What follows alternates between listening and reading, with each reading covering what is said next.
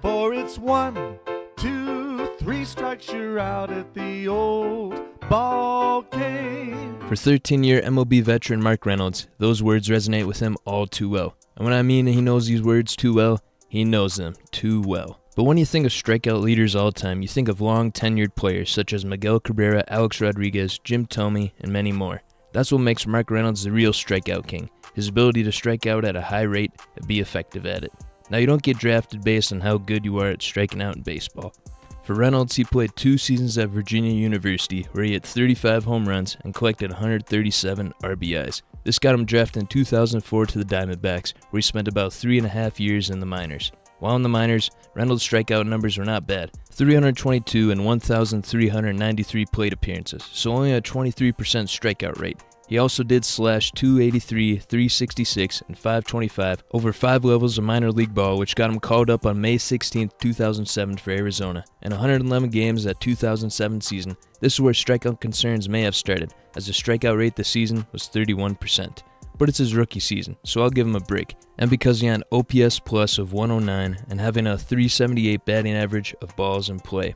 Year 2 in the majors is where his name started to get noticed, not in a good way however, and some may say started the worst stretch of baseball plate discipline in MLB history, because from the years 2008 to 2010, Reynolds had 638 strikeouts.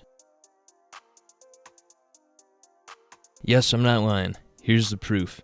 With all those strikeouts, he even set the MLB record for strikeouts in a season by a hitter in that 2009 season with 223.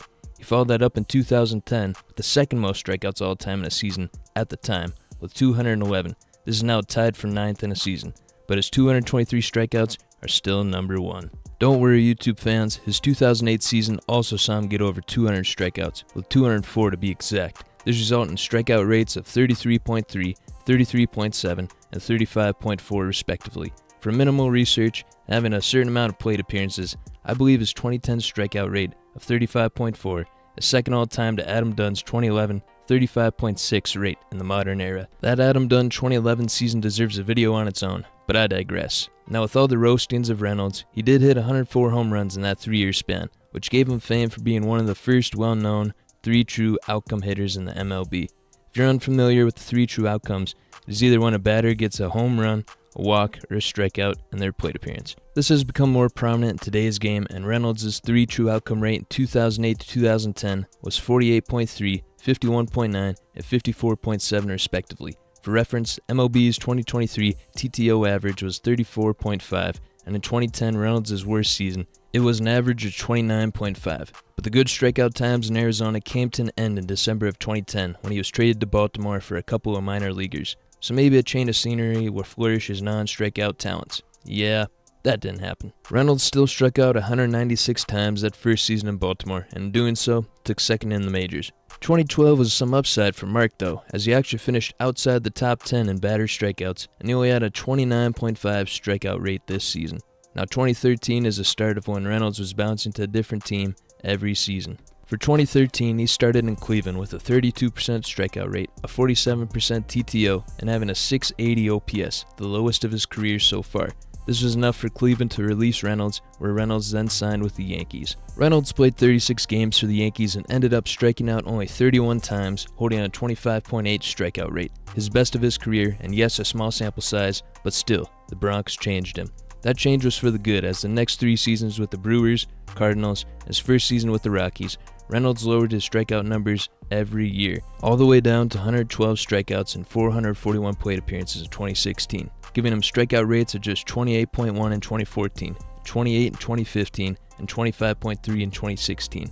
A far cry from his days of low to mid-30 strikeout rates. This begs the question, does this mean our strikeout king was passing the throne now? No, sir! At the ripe age of 33 in 2017, still playing for the Rockies, Mark Reynolds gave us baseball fans another top 10 strikeout performance in the league. Playing 148 games with 593 plate appearances, Reynolds struck out 175 times for a 29.5 strikeout rate. He showed us doubters he was still the sheriff in this strikeout town, and even bumped his 3 true outcome rate back up to 46.2.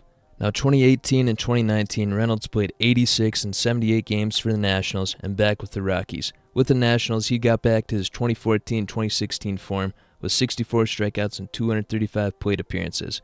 For his final year in the MLB, Reynolds gave his last stand. First, let's talk numbers. A slash line of 170, 290, 311 with an OPS plus of 48 should tell you all you need to know about this season. I'll show you viewers the first number of his strikeout rate, but don't get too excited.